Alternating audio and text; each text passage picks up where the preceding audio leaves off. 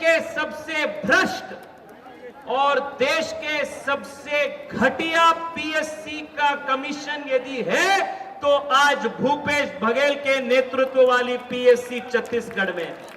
PSC में यदि आपको जगह मिलना है, एग्जाम में आप पास होना है, आप बड़े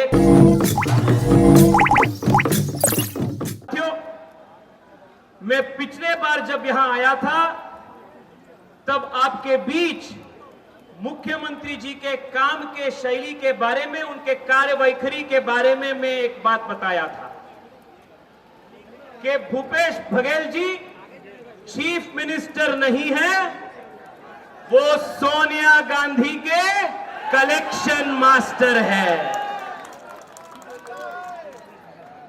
6 महीने पहले मैं ये बात बोला था। आज मैं जो 6 महीने पहले बोला था वो ठीक साबित हो चुका है। शराब का घोटाला हो, कोयले का घोटाला हो या पीएससी का अभी का घोटाला हो, हर घोटाले में सीएम साहब अपने कलेक्शन मास्टर का उनका क्षमता दिखा रहा है। साथियों, मैं कई प्रदेशों में प्रवास किया। हर प्रदेश में एक पब्लिक सर्विस कमीशन होता है और एक पारदर्शिता से उसका चयन प्रक्रिया होता है, सिलेक्शन प्रोसेस होता है। पर छत्तीसगढ़ में पिछले 3-4 साल से जिस प्रकार के पीएससी का सिलेक्शन हो रहा है, इसको देखकर मैं बहुत विश्वास के साथ, गंभीरता के साथ कह सकता हूं, देश के सबसे करप्ट, देश के सबसे भ्रष्ट और देश के सबसे घटिया पीएससी का कमीशन यदि है तो आज भूपेश बघेल के नेतृत्व वाली पीएससी छत्तीसगढ़ में।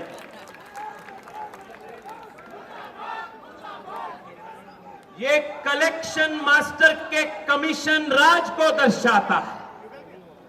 कलेक्शन मास्टर के कमीशन राज को ये सीजीपीएससी स्कैम घोटाला दर्शाता है। जिस प्रकार से करप्शन हुआ है, सोचिए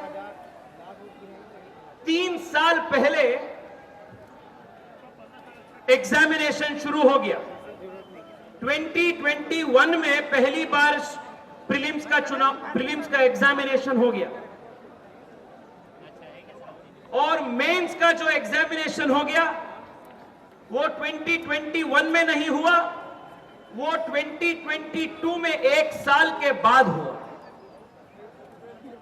और उसी साल रिजल्ट्स का डिक्लेरेशन और इंटरव्यू नहीं हुआ। फिर 6-7 महीने के बाद इंटरव्यू हुआ और मेंस का इंटरव्यू के बाद रिजल्ट्स डिक्लेयर हुए। मतलब 1 साल के एग्जामिनेशन करने के लिए यहां के पीएससी 3 साल लेकर काम किया है। 3 साल। यूपीएससी आईएएस के लिए, आईपीएस के लिए चुनाव करते हैं, हर साल एग्जामिनेशन होता है। सिर्फ 7-8 महीने में ही 20 लाख से अधिक युवाओं का एग्जामिनेशन बहुत यशस्वी रूप से, ट्रांसपेरेंट रूप से हो जाता है। पर 8 महीने में करने वाले एग्जामिनेशन को 3 साल में बांटकर इस सीजीपीएससी ने एग्जामिनेशन को किया है। यही दर्शाता है जिस प्रकार का कांड, जिस प्रकार का स्कैंडल इस पीएससी स्कैम में हुआ है। एक तो उदाहरण साथियों में देना चाहता हूं, जिस प्रकार का करप्शन स्कीम में हुआ, सिलेक्शन प्रोसेस में हुआ। एक विद्यार्थी, उसका नाम है नीतीश, उसको मिला है 7th रैंक। प्रीलिम्स में जब उन्होंने भर्ती किया एप्लीकेशन में, उनका पूरा नाम दर्ज हुआ था। उनका नाम था नीतीश सोनवानी। प्रीलिम्स में पूरा नाम उल्लेख हुआ था। बाद में मेंस में जब उन्होंने दूसरी बार एग्जाम दिया तब भी पूरा नाम उल्लेख हुआ था, नीतीश सोनमानी। तीसरी बार जब वो इंटरव्यू में आए तब भी उनका पूरा नाम दर्ज हुआ था, उल्लेख हुआ था, नीतीश सोनमानी। पर जब रिजल्ट आए, रिजल्ट के शीट में उनका नाम पूरा नहीं लिखा था, सिर्फ नीतीश ऐसा लिखा था और उनको पूरे स्टेट में 7 नंबर पे उनको मार्क्स दिया था, 7 नंबर पे उनको रैंक मिला था। बाद में पता चला कि ये नीतीश कौन है, ये 7th रैंक नीतीश कोई दूसरा व्यक्ति नहीं है, सीजीपीएससी के चेयरमैन तमन सोनमानी का दत्तक बेटा है।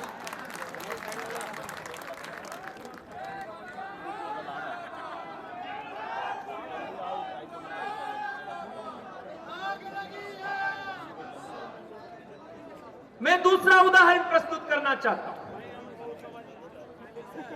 भूपेश बघेल जी के पीएससी में यदि आपको जगह मिलना है, एग्जाम में आप पास होना है, आप बड़े कांग्रेस नेता का बेटा या बेटी होनी चाहिए।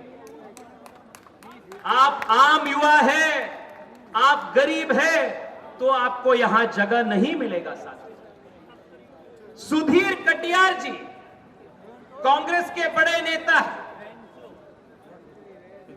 उनके बेटी और उनके भतीजा दोनों को जगह मिला है। आम युवा एक सीट भी उनको नहीं मिल रहा है, पर यहां कांग्रेस के नेताओं को बाय 1 गेट 1 फ्री में ऑफर में सीट मिल रहा है।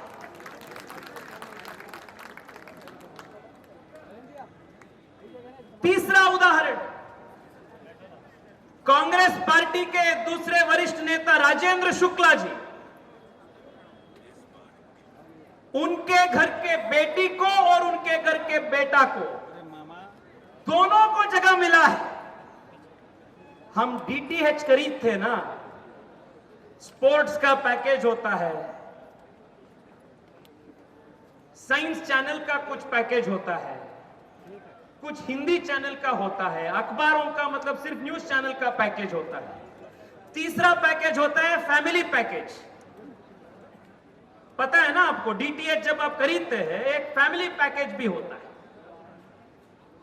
सीजीपीएससी में इसी प्रकार का एक फैमिली पैकेज भी है, जिसको राजेंद्र शुक्ला जी ने, जिसको सुधीर कटियार जी ने, इस प्रकार के कांग्रेस के नेता खरीद चुके हैं। इस प्रकार के घोटाला पीएससी में हो रहा है। और जब इस विषय को प्रस्तापित कर मुख्यमंत्री जी से हम पूछते हैं, यहां के युवा, आम युवा पूछते हैं कि हम जैसे आम युवा को यहां सिलेक्शन नहीं हो रहा है, हम 4 साल 3 साल लगातार पढ़ने के बाद भी हम पास नहीं हो रहे हैं, परंतु डीआईजी के बेटा, गवर्नर साहब के सेक्रेटरी के 2 बेटी, सबको जगह मिल रहा है, यह कैसे संभव है? जब ऐसे प्रश्न यहां के आम युवा मुख्यमंत्री जी से पूछते हैं, मुख्यमंत्री जी बोलते हैं, क्या राजनेता और अधिकारियों का बेटा होना गुनाह है? आज इस पवित्र मंच से, युवा मोर्चा के इस मंच से हम कहना चाहते हैं, हां, राजनेता और अधिकारियों का बेटा होना गुनाह नहीं है, पर आज आपके राज्य में अधिकारियों का या राजनेताओं का बेटा नहीं होना गुनाह बन चुका है। आज सुबह साथियों, रमन जी के संदर्भ में, उनके कार्यकाल के संदर्भ में, यही रायपुर में बने गए नालंदा परिसर में मैं और अपने कार्यकर्ता हम गए थे। वहां उपस्थित सीजीपीएससी एग्जाम को तैयार करने वाले युवाओं से बातचीत की है। कैसे है ये युवा? अत्यंत आम परिवार से वो आते हैं, दूर दराज गांव से यहां आकर यहां पीजी कर महीने में 7,000, महीने में 6,000 रुपए खर्च कर दिन में 15 घंटे 16 घंटे पढ़ाई कर रहे हैं। गरीब से गरीब परिवार से वो आते हैं, पूरे प्रदेश के लिए और देश के लिए सेवा करने का एक आकांक्षा के साथ वो आए हैं। मेहनत के साथ, प्रयास करने के साथ, अपने जीवन में कुछ बड़ा करने के एक सपने के साथ वो आए। पर आज उन जैसे नौजवानों के प्रति घोर अन्याय हो रहा है। उनके सपने को बर्बाद करने का काम यहां के मुख्यमंत्री जी के नेतृत्व में पीएससी के काम के वजह से हो रहा है। साथियों, जिस प्रकार का भ्रष्टाचार का कांड यहां है, आप ये उदाहरण देखिए। यहां फॉरेस्ट डिपार्टमेंट में भर्ती करने के लिए वन रक्षक का एक एग्जामिनेशन हुआ। वन रक्षक एग्जामिनेशन में एक फिजिकल एंट्रेंस टेस्ट होता है। क्या होता है? फिजिकल एंट्रेंस टेस्ट होता है। आप कितना फिजिकली कैपेबल है, आप कितना दूर कितने समय में भाग सकते हैं, इसको मेजर करने के लिए एक फिजिकल टेस्ट होता है। ये वन रक्षक एग्जाम में फिजिकल टेस्ट हो गया और फिजिकल टेस्ट में पता चला एक अभ्यर्थी 200 मीटर रेस को सिर्फ 14 सेकेंड्स के अंदर उन्होंने समाप्त कर चुकी थी। मतलब विश्व के सबसे तेज गति से रन करने वाले उसेन बोल्ट, उससे भी 6 सेकेंड जल्दी इन्होंने करवाया।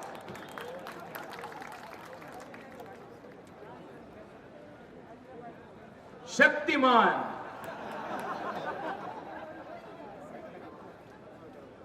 इस प्रकार के वर्ल्ड रिकॉर्ड सेट करने वाले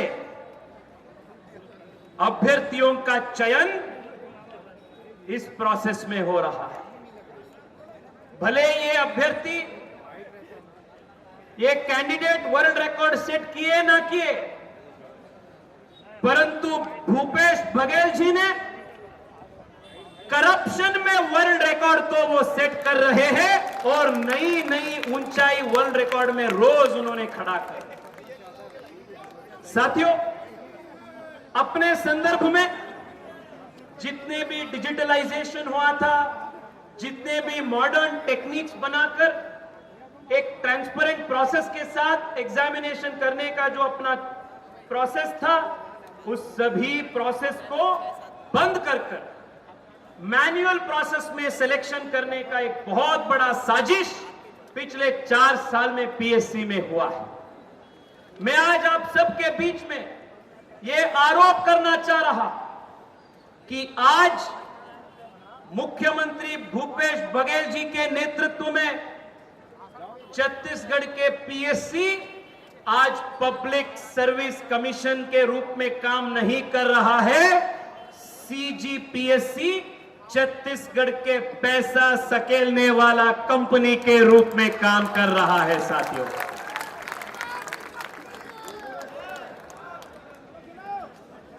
सीजीपीएससी कलेक्शन मास्टर के पैसा सकेलने वाला कंपनी बन चुका है। ये पब्लिक सर्विस कमीशन नहीं। इसको बदलने का बहुत बड़ा जिम्मेदारी यहां के प्रदेश के युवाओं के, हम सब के ऊपर। मैं आप सबसे निवेदन करना चाहता हूं साथियों, हम घर घर तक जाएंगे, प्रदेश के युवाओं के बीच इस पीएससी घोटाला, इस कांड के बारे में हम उनको बताएंगे। साथ ही साथ हम ये वादा भी देंगे